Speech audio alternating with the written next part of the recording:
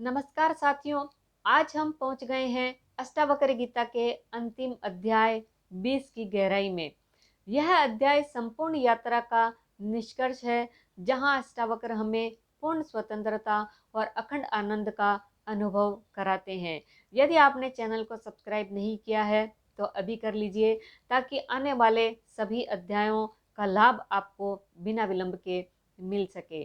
अष्टावक्र कहते हैं, हे राजन, जब ज्ञानी को यह बोध हो जाता है कि समस्त सृष्टि उसी में है और वह स्वयं उस ब्रह्मांड का आधार है, तब उसे किसी साधन या मार्ग की आवश्यकता नहीं रहती। वह बस अपने स्वभाव में स्थित होकर शुद्ध चैतन्य का आनंद लेता है।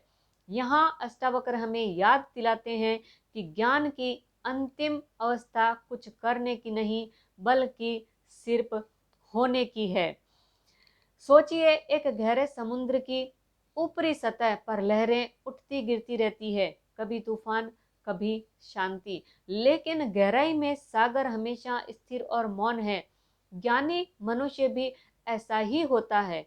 बाहर से जीवन में हलचल हो सकती है, पर भीतर वह अपार गहराई में शांत और अचल रहता है। अष्टावक्र समझाते हैं कि जब आप अपने सच्चे स्वरूप को पहचान लेते हैं तो दुनिया की घटनाएं सिर्फ सतही लहरों की तरह है, आपकी वास्तविक गहराई को छू भी नहीं सकती। मैं ही ब्रह्मांड हूँ, ब्रह्मांड ही मैं हूँ। यह अनुभव शब्दों से परे है। राजा जनक को अष्टावक्र बताते हैं, जब तुम देखोगे कि सूर्य चमकता है, जो नदियां बहती है, जो पर्वत खड़े हैं, सब तुम्हारे ही अस्तित्व में प्रकट हो रहे हैं, तब मैं और तुम का अंतर मिट जाएगा।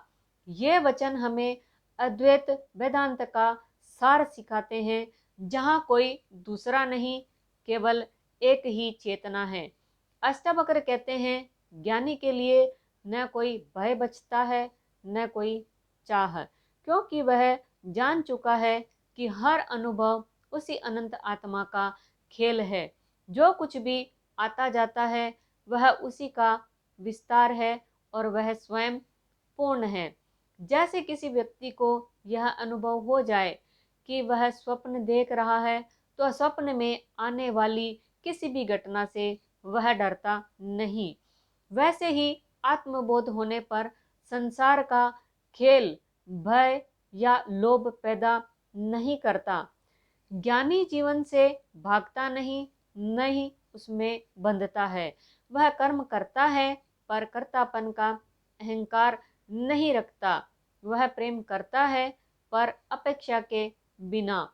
उदाहरण के लिए एक वृक्ष को देखिए, वह अपने फल और छाया बिना किसी शर्त के सबको देता है। ज्ञानी व्यक्ति भी ऐसा ही होता है। उसका प्रेम और करुणा स्वाभाविक है, लेन देन नहीं। अंत में अष्टावक्र घोषणा करते हैं, जब आत्मा का अनुभव हो जाता है, तब न कुछ प्राप्त करना शेष रहता है, न कुछ छोड़ना।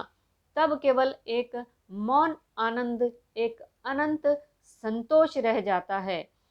यह अंतिम अवस्था किसी प्रयास से नहीं, बल्कि आत्मस्वरूप में विश्राम करने से मिलती है। तो साथियों, अध्याय 20 हमें यही बताता है कि जिस पूर्णता को आप जीवन भर खोजते रहे, वह आप पहले से ही हैं। संसार की भीड़ में, जीवन की दौड़ में रुक कर अपने भीतर देखें। वहाँ अनंत सागर की शांति है, वहाँ आप ही ब्रह्मांड हैं। तो आइए अष्टावक्र गीता की इस अमूल्य शिक्षा को अपने जीवन में उतारें। बाहरी दुनिया की लहरों से डरे बिना अपने भीतर के गहरे सागर को पहचाने। यही है सच्ची मुक्ति, यही है अंतिम सत्य। हरि ओम।